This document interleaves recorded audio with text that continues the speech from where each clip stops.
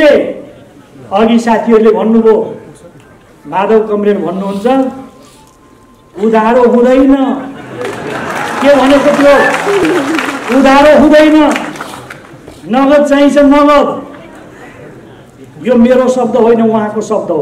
नगद चाहिन्छ रे, नगद।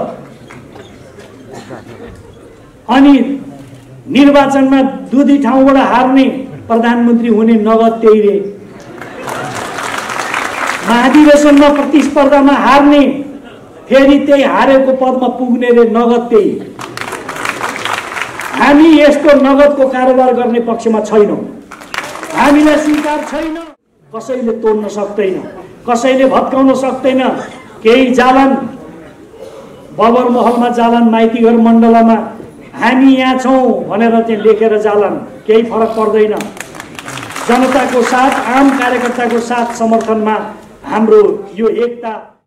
अहिलेको यो परिणाम आउनुमा यसका दुईटा स्रोतहरू छु, दुईटा कारण छन्।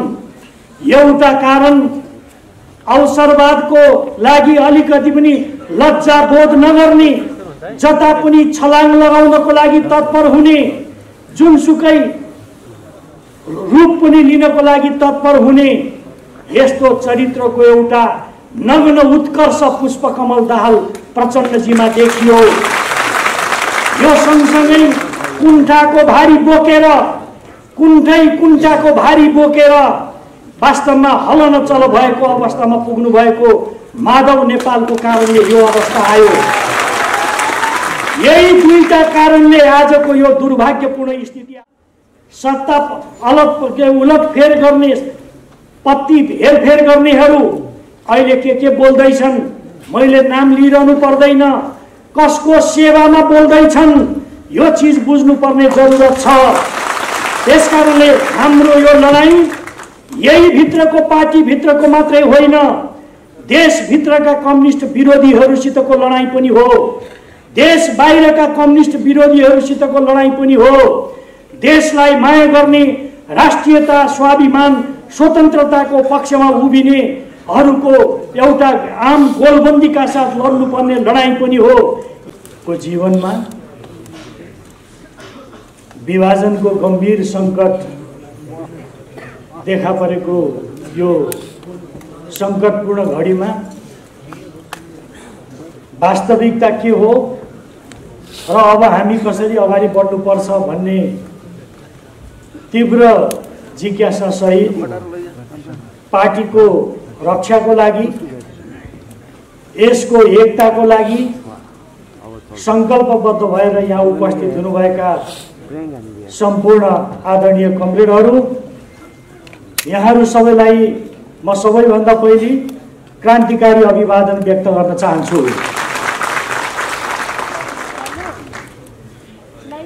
यो बृहत भेलाका आदरणीय अध्यक्ष कमरेड,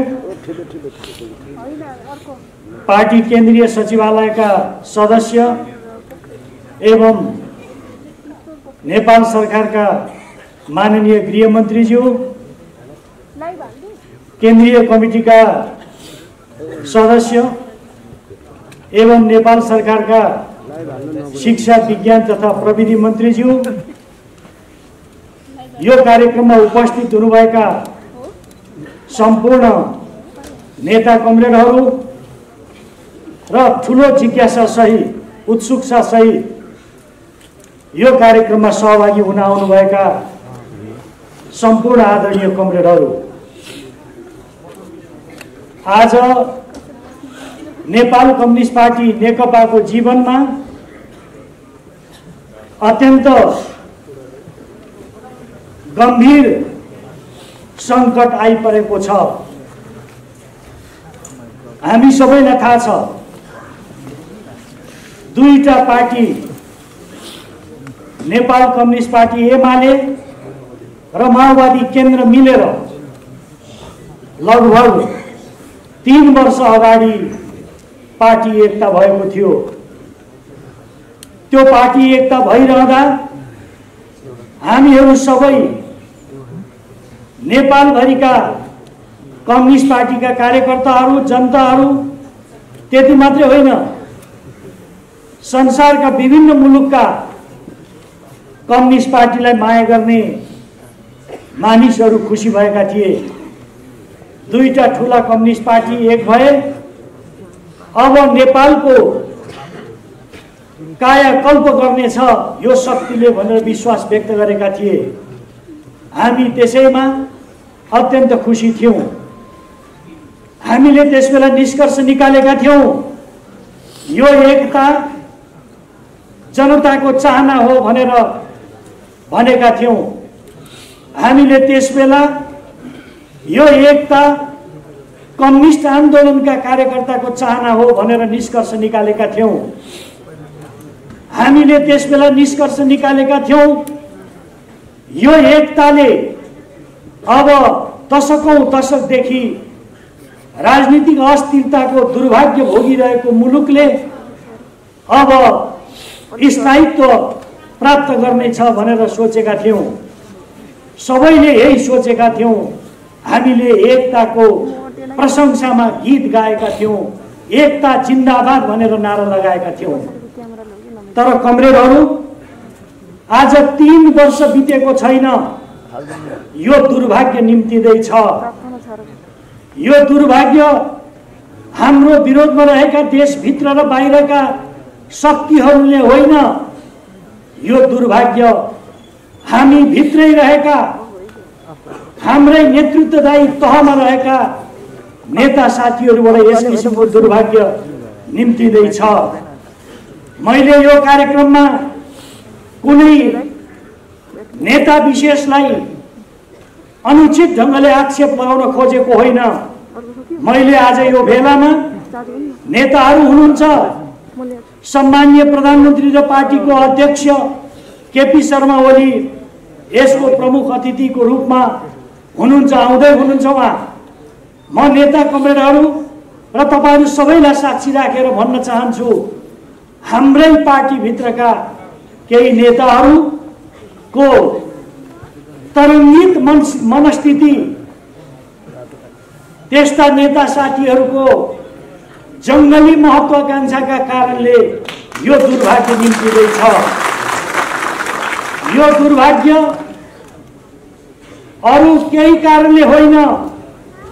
मलाई यो आरोप लगाइरहँदा दुःख लागिरहेको छ।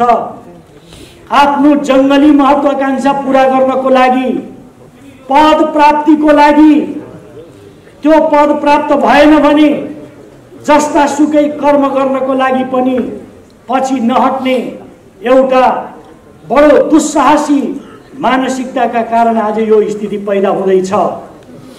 मैले तपाईहरु समक्ष भन्नुपर्छ, हिजो देखिकै सिलसिलाका कुराहरू आज हामी यो ठाउँमा अचानक आइपुगेका हौं, यस्तो लाग्न सक्छ कतिपय साथीहरूलाई। म भन्न चाहन्छु, यो अचानक आएको अवस्था होइन। अहिले यो चीज प्रकट हुँदाखेरि अचानक हाम्रो प्रधानमन्त्रीज्यूले संसद विघटन गर्ने कुरा, ताजा जनादेशको लागि जाने कुरा गरेपछि आइलागेको हो कि क्या हो भनेर लाग्न सक्छ कतिपय साथीहरूलाई।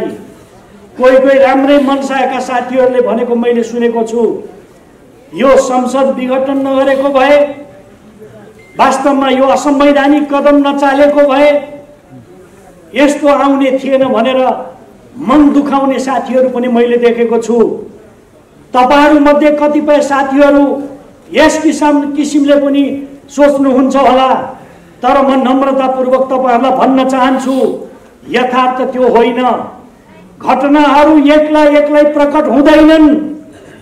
घटनाहरू अहिले प्रकट हुने त्यसको हिजोदेखिको सम्बन्ध नरहने कुरा हुँदैन। घटनाहरू अन्तर सम्बन्धमा प्रकट हुन्छन्। आज यो परिस्थिति आउनु पछाडि हिजोदेखिकै यसका भ्रूणहरू सुरक्षित थिए। तिनै भ्रूणहरू विकसित भएर आज यो अवसरवाद नाङ्गो रूपमा उदण्डताका साथमा पार्टी विभाजन गर्ने दुस्साहसिक कामको लागि तयार हुन पुगेको छ। हामीले यो कुरा बुझ्नुपर्छ। हिजो एउटा घटना तपाईहरु मध्ये कति साथीहरूलाई थाहा छ।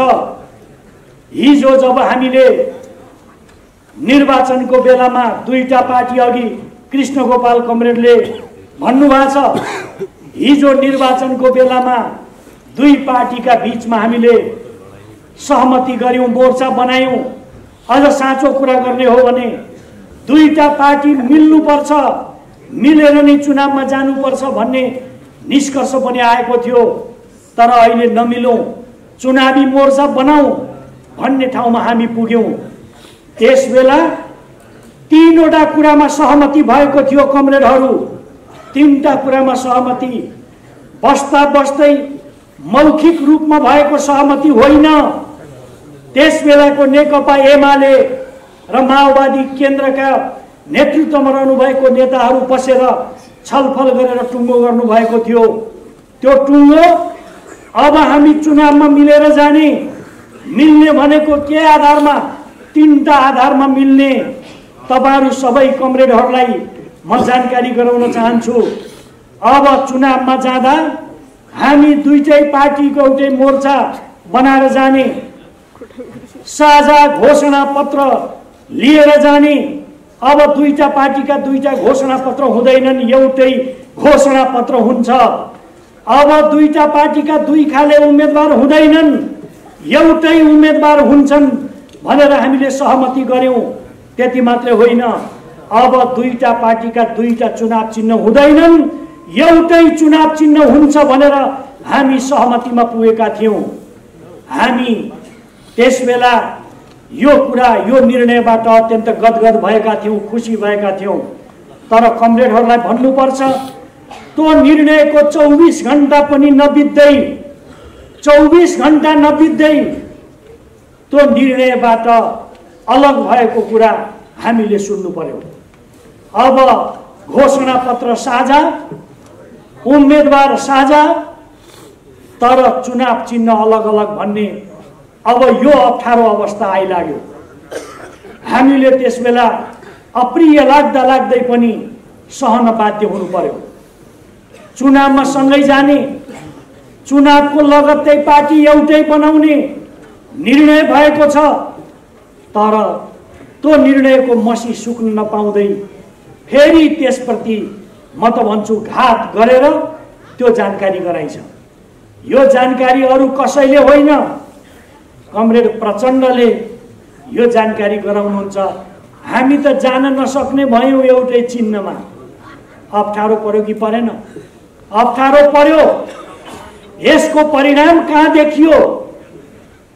त्यसबेलाको नेकपा एमाले 33 लाख मत प्राप्त गर्यो। त्यसबेलाको माओवादी केन्द्रले 13 लाख हाराहारी मत प्राप्त गर्यो। तर 10 लाख भन्दा ज्यादा मत इनभ्यालिड भए। यो अरू कुनै कारणले होइन, निर्वाचन चिन्हको कारणले यस्तो अप्ठ्यारो अवस्था आइलाग्यो। हामीले त्यसबेला पनि सहन गर्यौं। मैले यो कुरा किन जोड्न खोजेको भने आज यो घटना अचानक आएको होइन, हिजोदेखिको सिलसिलाहरू छन्। त्यसका भ्रूणहरू हिजोदेखि नै थिए। पछि निर्वाचन पछि हामी आयौं, चुनाव जित्यो। अब सरकार गठन हुने बेलामा फेरि अर्को कुराहरू आयो। तपाईहरु मध्ये कतिपय साथीहरूलाई थाहा नहुन सक्छ, एकातिर सँगै चुनाव लडेको पार्टी मिलेर सरकार बनाउनु छ, पार्टी एउटै बनाउनु छ। यस्तो हामीले औपचारिक निर्णय गरेका छौं। तर त्यसबेला अर्कै हिसाबले सरकार बनाउने सल्याङ बल्याङ चल्दै थियो। त्यसबेला कमरेड प्रचण्ड नेपाली कांग्रेससित मिलेर, मधेसवादी पार्टीहरूसित मिलेर, साना राजनीतिक पार्टीहरूसित मिलेर 5 वर्षे प्रधानमन्त्री खान तम तयार भइसक्नु भएको रहेछ। हामीले पछि मात्रै थाहा पायौं यो कुरा, पछि थाहा पायौं। तर त्यसबेला सरकार गठन गर्ने बेलामा 2074 साल फागुन 3 गते जब केपी ओली प्रधानमन्त्री बन्नुभयो, वास्तवमा उहाँको इच्छा, हामी सबैको इच्छा के थियो भने दुवै पार्टी सम्मिलित भएर शानदार मन्त्रीमण्डल घोषणा गर्नुपर्छ भन्ने योजना थियो। तर त्यो हुन सकेन। के कारण हो भने त्यसको एउटै कारण, उहाँ त अर्को शक्तिसित मिलेर प्रधानमन्त्री 5 वर्षसम्म हुने दाउमा पो हुनुहुँदो रहेछ। यो कस्तो घटना हो? यसको विवेचना गरिनुपर्छ। त्यसबेला प्रधानमन्त्री केपी शर्मा ओलीले यो वाम गठबन्धन तोड्न दिनु हुँदैन, जस्ता सुकै कुरा भएर पनि यो गठबन्धन कायम राख्नुपर्छ भनेर उहाँले भन्नुहुन्छ। आँखा चिम्लेर मैले सही गरिदिएँ। आँखा चिम्लेर यो अवसरवादलाई पराजित गर्नको लागि त्यो गर्नुपर्छ भन्ने निष्कर्षमा पुगेर उहाँले त्यो सही गर्नुभयो। त्यसपछि हामी सरकारमा सामेल भयो, सबै दुवै पार्टी सरकारमा सामेल हुने स्थिति आयो। नत्र भने कमरेडहरूलाई म भन्न चाहन्छु, काङ्ग्रेससित प्रचण्डले मिलेर बनाएको कागज अहिले पनि सुरक्षित छ। त्यस हिसाबले चुनाव लड्ने एउटा शक्तिसित मिलेर त्यहीसित पार्टी एक गर्ने भनेर कबुल गर्ने, तर सरकार गठन त अरूसितै मिलेर गर्ने योजना पो रहेछ। धन्दा त त्यस्तो पो रहेछ। यो हामीले पछि थाहा पायौँ। पछि सरकार गठन भयो।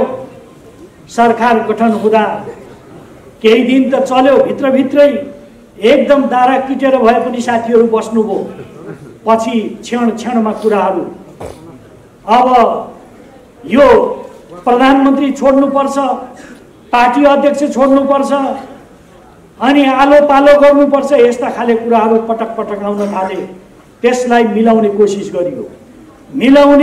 गरियो, तर मिलेन। कमरेडहरू, केन्द्रीय कमिटीको बैठक 2076 साल माघको तेस्रो हप्तामा हामीले गर्यौं। त्यहाँ सर्वसम्मतिले निर्णय भयो। सर्वसम्मतिले निर्णय भएको छ सरकारको बारेमा, अरू सबै कुराहरूमा। तर त्यसपछि फेरि 1 महिना बित्न पाएको छैन। फेरि सुरु भयो। प्रधानमन्त्रीजीले भन्नुभयो, बाबा म छोड्नको लागि तयार छु। हामी प्रधानमन्त्री भइसकेकाहरू किन ललाई, नयाँ पुस्तालाई हामीले हस्तान्तरण गर्न किन तत्पर नहुने? त्यसो भन्दा साथीहरू, नेताहरू होसे मुन्टे लाएर बस्नुहुन्छ, कोही केही चिज बोल्नुहुन्न। प्रधानमन्त्रीले त्यो प्रस्ताव राखिरहँदा उहाँहरू त्यसमा तत्परता देखाउनुहुन्न। यस्तो स्थिति रह्यो। फेरि हामीले स्थायी कमिटीको बैठक गर्यौं। तपाईहरु दिनको हिसाब निकाल्नु होला। असार 10 गतेदेखि भदौ 26 गतेसम्म स्थायी कमिटीको बैठक बसेर सर्वसम्मतिले हामीले निर्णयहरू गर्यौं। सर्वसम्मतिले निर्णय गर्यौं। त्यहाँ के सम्म गर्यौं भने बैठक कसरी बोलाउने भन्ने सम्म पनि निर्णय भयो। दुईटा अध्यक्षसितको परामर्शमा महासचिवले बैठक बोलाउने, सहमतिमा प्रस्ताव बनाउने, त्यो प्रस्तावमा छलफल गर्ने, यस किसिमले तय भएपछि पनि तर फेरि केही दिन बित्न पाएन। फेरि सिलसिला सुरु भयो। अघि कमरेडहरूले भन्नुभयो, वास्तवमा त्यहाँ अघि रामबहादुर थापा कमरेडले बताउनु भयो कि वास्तवमा त्यहाँ छलफल केमा हुने त? कुनै देश बनाउने विषयमा होइन। म तपाईहरुसित उभिएर यो कुरा भनिरहँदा लज्जा बोध गर्छु कमरेडहरू। त्यहाँ कुनै देश बनाउने कुरा, नयाँ ढंगले जाने कुरा, कुनै राष्ट्रिय स्तरका योजना, यत्रो कोभिडको महामारी छ त्यसलाई नियन्त्रण गर्ने सम्बन्धमा छलफल हुँदैन। छलफल केमा हुन्छ? पावर शेयरिङमा। अघि कमरेडले भन्नुभयो, पावर शेयरिङमा कुरा हुन्छ। मन्त्रीमण्डलको विषयमा कुरा हुन्छ, कसलाई बनाउने र कसलाई हटाउने। स्थायी कमिटीको बैठकको निर्णयको आधारमा प्रधानमन्त्रीजीले मन्त्रीमण्डल पुनर्गठन गर्ने कुरा गर्नुहुन्छ। पुनर्गठन गरेको योजना प्रस्ताव अर्को अध्यक्षलाई सुनाउनुहुन्छ। अर्को अध्यक्ष मान्नुहुन्न। किन मान्नुहुन्न? प्रधानमन्त्रीजीले 2 वर्षको मापदण्ड बनाउनु भयो। 2 वर्ष पुगेकाहरूलाई बिदा दिनुपर्छ। अब त्यसो भनिरहँदा अर्को अध्यक्षले हटाउन नचाहेको व्यक्ति 2 वर्ष पुगिसकेको छ, गाह्रो हो। कुरा बुझ्नु होला तपाईहरुले। अनि हटाउनै चाहेको व्यक्ति नहट्ने भयो अनि मान्नुहुन्न प्रचण्ड कमरेड। मन्त्रीमण्डल पुनर्गठन हुन सक्दैन। संवैधानिक आयोगहरू 2 वर्ष 10 महिनादेखि खाली भएका छन्। त्यो संवैधानिक आयोगहरूमा नियुक्ति गर्नुपर्छ। सहमति गरौँ भन्यो। त्यहाँ हुँदैन, अहिले नगरौँ, पर्खौँ केही समय। एवं रीतले सिलसिला चल्यो। सरकार कसरी चल्छ, राज्य कसरी चल्छ? कुनै चिज राष्ट्रिय महत्त्वका मुद्दाहरूमा छलफल हुँदैनन्, छलफल गर्न दिइँदैन। जहिले पनि कचिङ्गलको कुरा हुन्छ। गर्दा गर्दै पछिल्लो समयमा कहाँ पुग्यो भने कार्तिक 28 गते तपाईहरू कमरेडहरूले यो सबै विवरणहरू, ती ऐतिहासिक अभिलेखहरू राख्नुपर्छ। कार्तिक 28 गते प्रचण्ड कमरेडले सचिवालयको बैठकमा, हामी दुईजना छौँ त्यो बैठकमा, अचानक छापेमार शैलीमा उहाँले आरोप पत्र पो प्रस्तुत गर्नुभयो। प्रस्ताव भनेर प्रस्तुत गर्नुभयो। प्रस्ताव प्रस्तुत गर्ने दुईटा अध्यक्षको सहमतिमा मात्रै प्रस्तावहरू प्रस्तुत हुन्छन्। प्रस्ताव प्रस्तुत गर्नुभयो। त्यो प्रस्ताव 19 पेजको प्रस्ताव, त्यो त अभियोग पत्र रहेछ। म तपाईहरुलाई भन्न चाहन्छु, फेरि दोहोर्याएर तपाईहरु हेर्नु होला। त्यो अभियोग पत्रमा केपी ओली प्रधानमन्त्रीको लागि मात्रै अयोग्य होइन, अध्यक्षको लागि मात्रै अयोग्य होइन, पार्टी सदस्यको लागि पनि अयोग्य र फौजदारी अभियोग लागेको एउटा अभियुक्त हुन् भनेर प्रमाणित गर्ने हिसाबले कुराहरू उठाइएको छ। त्यो दस्तावेजमा सुरक्षित छ। एउटा पार्टीको एउटा अध्यक्षले अर्को अध्यक्षलाई यस किसिमले आरोप लगाउँछ, पार्टी जीवन कसरी चल्छ? प्रधानमन्त्रीजीले भन्नुभयो, तपाईहरुले लगाएको यो आरोप म खारिज गर्छु। तपाईहरुले यो पार्टीलाई एकतालाई बचाउने हो भने यो फिर्ता लिनुहोस्। पार्टीका आन्तरिक समस्यामा हामी छलफल गरौँ, तर यो अभियोगमा छलफल हुन सक्दैन। यो अभियोगमा छलफल हुन सक्दैन। म यो छलफल गर्नको लागि यो बैठकमा म तपाईहरुसित बस्न सक्दिन, अयोग्य हुन्छु म। यसलाई तपाई फिर्ता लिनुहोस्। तपाई, हामीलाई थाहा छ, अन्तिम समयमा प्रधानमन्त्रीजी खुमलटार आफै जानुभयो। खुमलटारमा गएर उहाँले आग्रह गर्नुभयो, प्रचण्ड कमरेड, यो एकता सबैको लागि प्रिय छ। सम्माननीय प्रधानमन्त्रीज्यू आइपुग्नु भएको छ। उहाँको सम्मानमा सबै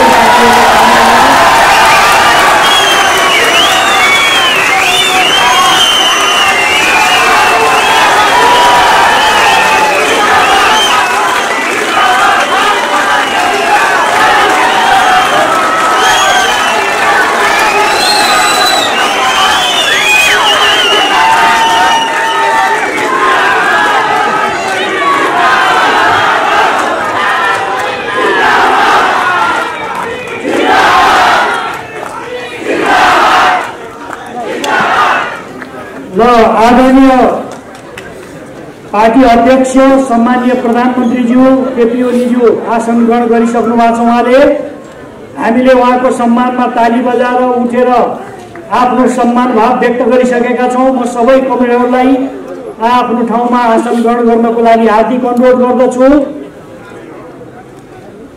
मैले भन्दै थिएँ, त्यो अभियोग पत्र फिर्ता लिने सम्बन्धमा पार्टी अध्यक्ष र सम्माननीय प्रधानमन्त्रीज्यू स्वयं खुमलटार गएर उहाँले बताउनुभयो, यो पार्टी एकता हामी सबैको लागि प्रिय छ। यो पार्टी एकता हामी सबैको लागि आवश्यक छ। यो पार्टी एकतालाई कमजोर बन्न दिनु हुँदैन। यदि कुनै समस्या छन् भने पनि पार्टीका आन्तरिक समस्या भनेर हामी छलफल गरौँ। छलफल गर्न सकिन्छ, तर तपाईहरु यदि म माथि अभियोग लगाउनुहुन्छ भने ती अभियोगका साथ म छलफल गर्ने कुराको लागि योग्य हुन सक्दिन। तपाई सोच्नुस् भनेर उहाँले भन्नुभयो। तर उहाँको त्यो आग्रह अनुरोधलाई, त्यो गम्भीरताका साथमा गरिएको त्यो अनुरोधलाई प्रचण्ड कमरेडले कुनै सुनवाई गर्नु भएन। त्यति मात्रै होइन, भित्रभित्रै अघि पूर्व वक्ता कमरेडहरूले भन्नुभएको छ, भित्रभित्र राष्ट्रपतिलाई महाभियोग लगाउने, प्रधानमन्त्रीज्यूमाथि अविश्वासको प्रस्ताव अरू पार्टीहरूसित मिलेर संसदमा दर्ता गर्ने, यस खालको धन्दा सुरु भएको रहेछ। एउटा मात्रै दृष्टान्त म तपाईहरुलाई बताउन चाहन्छु।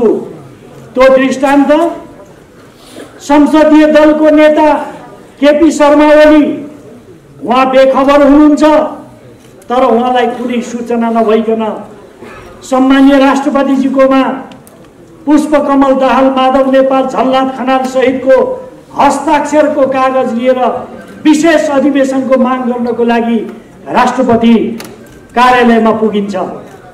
यो गम्भीर षड्यन्त्रको तानाबाना यसरी अगाडि बढ्दै गएको हामी देख्छौं।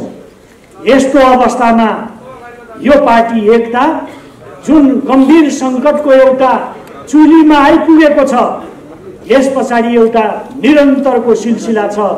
मैले कमरेडहरूलाई भने, पार्टी एकता गर्नुभन्दा अगाडि निर्वाचनमा जाँदाखेरिदेखि यसका भ्रूणहरू राखेर बसेका मान्छेहरू थिए, नेता बनेका मान्छेहरू थिए, उनीहरूकै कारणले आज यो स्थिति आएको छ। म कमरेडहरूलाई आग्रह गर्न चाहन्छु, यति बेला यो पार्टी एकता विरोधी जो हरकत देखियो त्यसको विरुद्धमा देशव्यापी रूपमा हामी कार्यकर्ताहरू सचेत हुनुपर्छ र जनतालाई सही कुरा बताउनु जरुरी छ। हामीले यसो गर्यौं भने मात्रै यो पार्टीलाई बचाउन सक्छौं। कम्युनिस्ट विरोधीहरू देशभित्रका हुन् वा बाहिरका हुन्, ती कम्युनिस्ट विरोधीहरूका चाहनाहरूलाई चकनाचुर पार्न सक्छौं। यो काममा जुट्नुपर्ने जरुरत छ।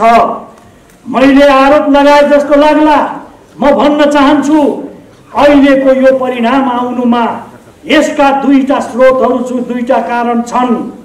एउटा कारण अवसरवादको लागि अलिकति पनि लज्जा बोध नगर्ने, जता पनि छलाङ लगाउनको लागि तत्पर हुने, जुनसुकै रूप पनि लिनको लागि तत्पर हुने, यस्तो चरित्रको एउटा नग्न उत्कर्ष पुष्पकमल दाहाल प्रचण्डजीमा देखियो। यो सँगसँगै कुण्ठाको भारी बोकेर वास्तवमा हलनचल भएको अवस्थामा पुग्नु भएको माधव नेपालको कारणले यो अवस्था आयो। यही दुईटा कारणले आजको यो दुर्भाग्यपूर्ण स्थिति आएको हो। म यहाँहरूलाई भन्न चाहन्छु, यति बेला नेताहरू मुखामुख गरे, यस्तो गरे त्यस्तो गरे भन्ने कुरा कहीँ नठान्नु होला। यो यथार्थ हो। तपाईँ हामीले अहिले चाहना गरौँ या नगरौँ, यसलाई स्वीकार गरौँ या नगरौँ, यो कटु वास्तविकता यथार्थ हो। यही वास्तविकतालाई स्वीकार गरेर मात्रै हामीहरू ठिक ढङ्गले पार्टीलाई अगाडि बढाउन सक्छौँ। म सबै कमरेडहरूसित यही आग्रह गर्न चाहन्छु। यदि हामी यो चीज बुझ्दैनौँ भने वास्तवमा यो अहिलेको चुनौतीको टाउकोमा टेकेर अगाडि जान सकिँदैन। जरुरत के छ भने यो चुनौतीलाई पराजित गर्नको लागि योसित गाँसिएका सबै कुराहरू हामीले नाली बेली बुझ्नै पर्छ। यो नाली बेली नबुझ्ने हो भने हामी यसलाई पराजित गर्न सक्दैनौँ।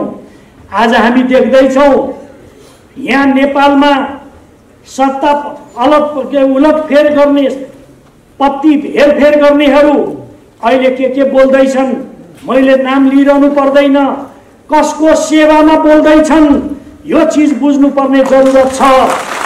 त्यसकारणले हाम्रो यो लडाईँ यही भित्रको पार्टी भित्रको मात्रै होइन, देशभित्रका कम्युनिस्ट विरोधीहरूसितको लडाईँ पनि हो, देश बाहिरका कम्युनिस्ट विरोधीहरूसितको लडाईँ पनि हो। देशलाई माया गर्ने, राष्ट्रियता, स्वाभिमान, स्वतन्त्रताको पक्षमा उभिने अरूको एउटा आम गोलबन्दीका साथ लड्नुपर्ने लडाईँ पनि हो। यस हिसाबले हामीले बुझ्नुपर्ने जरुरत छ। मैले यहाँ सबै कमरेडहरूलाई भन्न चाहन्छु, यो स्थिति जो हिजोदेखि जम्मा हुँदै आयो अहिले उत्कर्षमा पुगेको हो। यो नग्न उत्कर्ष हो।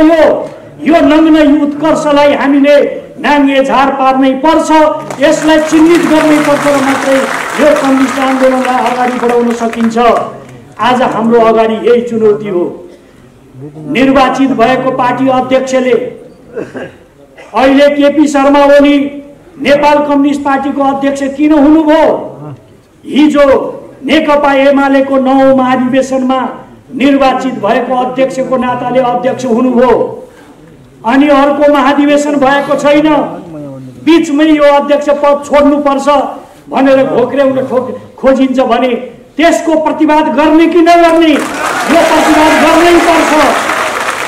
अनि हिजोको निर्वाचनमा 74 को निर्वाचनमा जनतासित मत माग्दा कम्युनिस्ट पार्टीको सरकार बन्नुपर्छ भन्दा अबको प्रधानमन्त्री केपी ओली भनेर हामी सबैले जनता समक्ष भनेको हो कि होइनौ?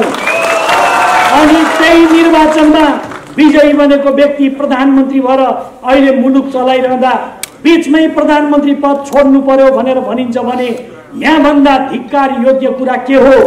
यहाँभन्दा निन्दनीय कुरा के हो? यस्तो कुराको हामीले निन्दा र भर्त्सना गर्नुपर्दछ। म भन्न चाहन्छु केपी ओली सधैँभरि अध्यक्ष बन्ने उहाँको भनाइ छैन। उहाँले पटक पटक भन्नुभएको छ म अब अर्को पटक म अध्यक्ष हुने होइन, महाधिवेशन गरौँ। चैतमा महाधिवेशन गर्ने केन्द्रीय समितिको बैठकले निर्णय गरेको छ। यदि चैतसम्म पर्खन धैर्यता छैन भने फागुनमा गरौँ, माघमा गरौँ। महाधिवेशन गर्नको लागि त्यसका सबै अङ्ग पुर्याउन कठिन भयो भने विशेष महाधिवेशन गरौँ भनेर उहाँले पटक पटक भन्नुहुन्छ। तर यो महाधिवेशनबाट जो अध्यक्ष बन्ने हो बन्नुहोस्। मेरो प्रस्ताव नयाँ पुस्ताले अब जिम्मेवारी पाउनुपर्छ भनेर पटक पटक भन्नुहुन्छ। अनि त्यसमा यो कुरा उहाँले भनिरहँदा प्रचण्ड र माधव नेपाल किन घोसे मुन्टे लाउनुहुन्छ?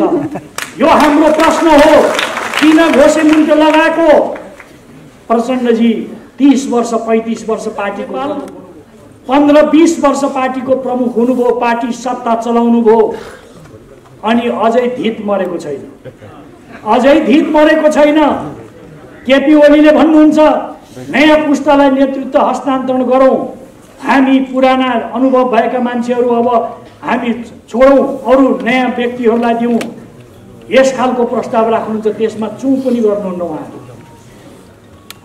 अनि प्रधानमन्त्री हुने हो भने आम निर्वाचनमा जाउँ, यो कुरा मन्जुर छैन। अहिले चाहियो, अहिले। अघि साथीहरूले भन्नुभयो, माधव कमरेड भन्नुहुन्छ उधारो हुँदैन। के भनेको थियो? उधारो हुँदैन, नगद चाहिन्छ, नगद। यो मेरो शब्द होइन, उहाँको शब्द हो। नगद चाहिन्छ अरे नगद। अनि निर्वाचनमा दुधी ठाउँबाट हार्ने प्रधानमन्त्री हुने नगद त्यही रे। महाधिवेशनमा प्रतिस्पर्धामा हार्ने फेरि त्यही हारेको पदमा पुग्ने रे, नगद त्यही। हामी यस्तो नगदको कारोबार गर्ने पक्षमा छैनौँ, हामीलाई स्वीकार छैन। यो चिज हामीले प्रश्नसित बोल्नु जरुरी छ। जहाँसम्म प्रचण्ड कमरेडलाई हाम्रा धेरै नेताहरूले, काठमाडौँमा बस्ने बाहिर बस्ने सबै नेताहरूले धेरै अनुरोध गर्नुभयो, धेरै कोसिस गर्नुभयो। पछिल्लो समयमा म आफै पनि गएँ। मैले उहाँलाई भने हेर्नुहोस् प्रचण्ड कमरेड, तपाईहरुको कारणले यो संकट सिर्जना हुँदैछ। यो संकट तपाईहरुले सिर्जना गर्दै हुनुहुन्छ। यो संकटका कारणले हामी सबै त्यसको लागि दुःखद परिणाम भोग्न बाध्य हुनेछौँ। तर सबभन्दा ठुलो नोक्सान तपाईलाई हुनेछ। अनि उहाँले भन्नुहुन्छ, एकदम ठीक कुरा भन्नुभयो तपाईले, एकदम ठीक कुरा। मलाई म त अलि सोझो लाटे जस्तो परेछु। ठिकै होला कुरा, साँच्चै उहाँलाई मनमा छोएछ कि क्या हो भन्ने पनि पर्यो। मैले प्रधानमन्त्रीजीलाई सुनाएँ। प्रधानमन्त्रीजीले बोल्नु त बोल्नु भएन, हाँस्नु मात्रै भयो। उहाँले भन्नुभयो यो लाटो कुरै बुझेन चाहिँ यसले भन्ने ठाउँले उहाँले नभन्दै वास्तवमा प्रधानमन्त्रीजीले हाँसेरै जवाब दिइरहनु भएको रहेछ। म अलिअलि पग्लिन खोजेको रहेछु। अब प्रचण्ड कमरेड साँच्चै मान्नुहुन्छ होला भन्ने अलिअलि परेको थियो कता कति। के को हुने त्यो त कुरै रहेनछ। उहाँ त त्यसपछि त फेरि अविश्वासको प्रस्तावको धन्दामा सबै लाग्नुभयो। यो स्थिति रह्यो। मैले कमरेडहरूलाई के भन्न खोजेको भने कुनै घटनाहरू एक्लै एक्लै आउँदैनन्, हुँदैनन्। घटनाहरू, प्रसङ्गहरू अन्तर सम्बन्धमा प्रकट हुन्छन्। त्यो अन्तर सम्बन्धमा प्रकट हुन्छन्। अहिले देखा पर्यो यति बेलै के आइलाग्यो भनेर तपाईहरु नसोच्नु होला। यसका भ्रूणहरू हिजो देखिने थिए, तिनै भ्रूणहरू विकसित भएर अहिले यो परिणाममा हामी आइपुगेका हौं। त्यसकारणले सप्रसंग कुराहरू बुझेर यसको विरुद्धमा, यी गलत चिजहरूको विरुद्धमा हामीले एकताबद्ध भएर आफूलाई उभ्याउनु पर्छ। कहिलेकाहीँ मनमा लाग्छ कमरेडहरू, यो हामीलाई नै यस्तो अपहत्या के आइरहेको, अब त ढुक्कसित हिँड्न पाए हुन्थ्यो नि, शान्त तलाउमा डुङ्गा चलाए जस्तो आनन्दले हिँड्न पाएदेखि पार्टी काम कति राम्रो गरिन्थ्यो भन्ने लाग्न सक्छ। तर त्यस्तो हुँदैन कमरेडहरू। झन्झावातसित जुझ्ने तपाईँ हाम्रो योजना छ कि छैन, आँट छ कि छैन, तुफानसित जुझ्ने आँट छ कि छैन, यो मनस्थिति बनाउनु जरुरी छ। हामी कुनै पनि बेला हाम्रा त्यस्ता प्रतिकूलताहरूसित जुधेर मात्रै अगाडि बढ्न सक्छौं भन्ने मानसिकताका साथ अगाडि बढ्नुपर्ने जरुरत छ। अहिले पनि म कृष्ण गोपालजीलाई भन्दै थिएँ, तल तल जहाँसुकै जानुहोस्, हाम्रो युवा संघका नेता साथीहरूले दाङदेखि सुदूरपश्चिमदेखि पूर्वसम्म जो कार्यक्रम गर्नुभएको छ, सयौं हजारौं मानिसहरू पुरै त्यो कार्यक्रममा सहभागी भइरहनु भएको छ। सबै ठाउँमा यो स्थिति छ। तराई मधेसमा देख्नु होला, प्रदेश नम्बर 2 मा वीरगञ्जदेखि गौरदेखि सबै ठाउँमा अत्यन्त उत्साहजनक। अघि म सोध्दै थिएँ धनुषामा के हुन्छ कार्यक्रम भनेर भनेको, हामी थोरैमा पनि अगुवा कार्यकर्ता भनेर 10,000 मान्छे उपस्थित गर्छौं पार्टी कार्यालयमा भन्दै हुनुहुन्थ्यो उहाँहरू। यस्तो खालको एउटा जबरजस्ती स्थिति छ। मैले कमरेडहरूलाई के कुरा आग्रह गर्न चाहन्छु भने, हो प्रतिकूलतासित जुधेर मात्रै हामी अगाडि बढ्न सक्छौं। यो जुझ्नको लागि सामर्थ्य हामीसित आर्जन गर्नै पर्छ। हामीले त्यो विचारमा स्पष्टताको जरुरी छ, हाम्रो एकता जरुरी छ। आपसमा मनमुटाव अन्तर्विरोधका कुराहरू होइन, अन्तर्विरोधहरूलाई पुनर्व्यवस्थित गर्नुपर्ने जरुरत छ। हिजोका कतिपय कुराहरू सम्झेर अब खुम्चेर बस्नु जरुरी छैन। हामी एकताबद्ध भएर जानुपर्ने जरुरी छ। यो काम गरेर मात्रै हामी यो चुनौतीलाई हामी पराजित गर्न सक्छौं। मलाई के आत्मविश्वास छ भने, मेरो आफ्नो अनुभव, विगतमा अनेक विभाजनका प्रसङ्गहरू पनि झेल्यौं, त्यसबेला पनि अलिअलि आदेश लागेकै हो। मलाई किन के लागेको छ भने, यति बेलाको यो वितण्डासित जुझ्नको लागि मलाई कुनै आदेश पैदा भएको छैन। जुधेर पराजित गर्न सकिन्छ भन्ने दृढ आत्मबल ममा छ। त्यसकारणले म कमरेडहरूलाई भन्न चाहन्छु, हामीहरू यस हिसाबले अगाडि बढौं र अब हामी निर्वाचनमा जो प्रधानमन्त्रीज्यूले सरकार चल्न नदिने, हल नचल बनाउने जुन खालको एउटा अवस्था आयो, अब म जनता जनार्दन हुन्, जनतासित मैले ताजा जनादेशको लागि जानुपर्छ भनेर जुन साहसिक र ऐतिहासिक निर्णय गर्नुभएको छ, यो निर्णयलाई कार्यान्वयन गर्नको लागि वैशाख 17 गते र 27 गते 2 दिन हुने निर्वाचनको तयारीमा हामी एक ढिक्का भएर लाग्नुपर्ने जरुरत छ। अहिले देखा परेका कमी कमजोरीहरू फेरि दोहोरिने छैनन्, दोहोरिन दिने छैनौं भनेर संकल्प गरेर अगाडि बढ्नुपर्ने जरुरत छ। यस हिसाबले हामीहरू अगाडि बढौं भन्ने कुरा म राख्न चाहन्छु। हाम्रो एकता कसैले तोड्न सक्दैन, कसैले भत्काउन सक्दैन। केही जालान बबर महलमा जालान, माइतीघर मण्डलमा हामी यहाँ छौं भनेर त्यहाँ लेखेर जालान, केही फरक पर्दैन। जनताको साथ, आम कार्यकर्ताको साथ समर्थनमा हाम्रो यो एकता सुदृढ हुनेछ। नेकपा हिजो भन्दा पनि थप बलशाली, विचारमा बलशाली, संगठनमा बलशाली, नेतृत्वमा बलशाली भएर अगाडि बढ्नेछ, म यो विश्वास व्यक्त गर्न चाहन्छु। र सम्माननीय प्रधानमन्त्रीज्यू, पार्टी अध्यक्षज्यूले यहाँ आफ्ना भनाइहरू तपाईहरुलाई निर्देशन गर्ने कुराहरू राख्न बाँकी नै छ।